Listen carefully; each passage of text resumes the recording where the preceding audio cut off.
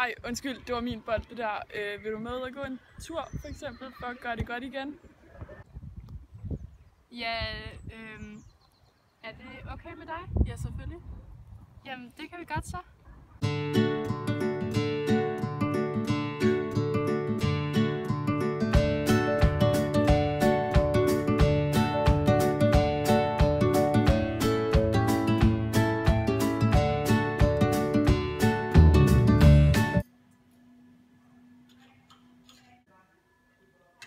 Hvad har I lavet i skolen?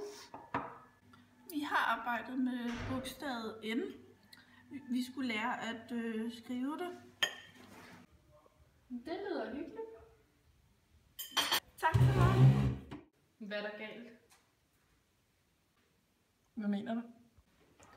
Jamen altså, du spiser ikke noget, og du sidder bare og ser sur ud, og det er bare ikke særlig rart at være her så.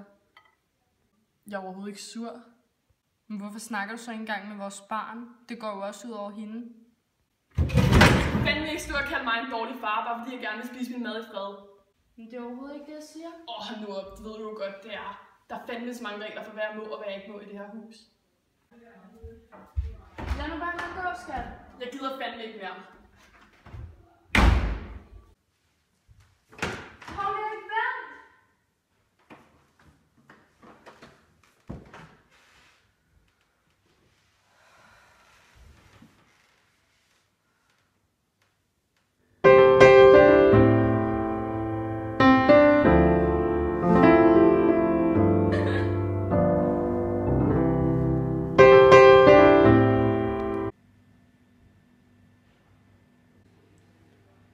Hvor er du?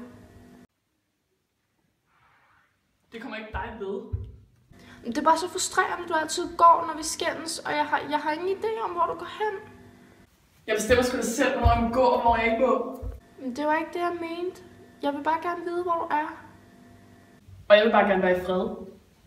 Men vi er jo nødt til at snakke om det.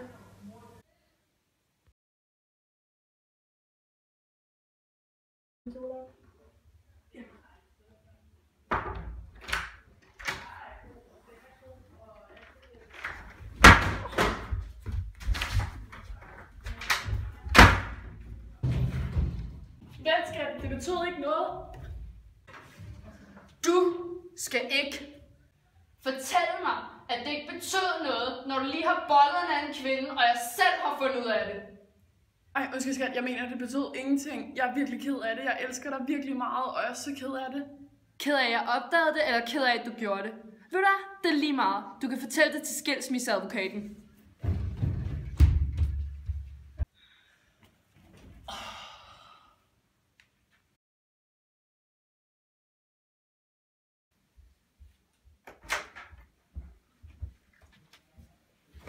Prøv lige ikke tage hende med.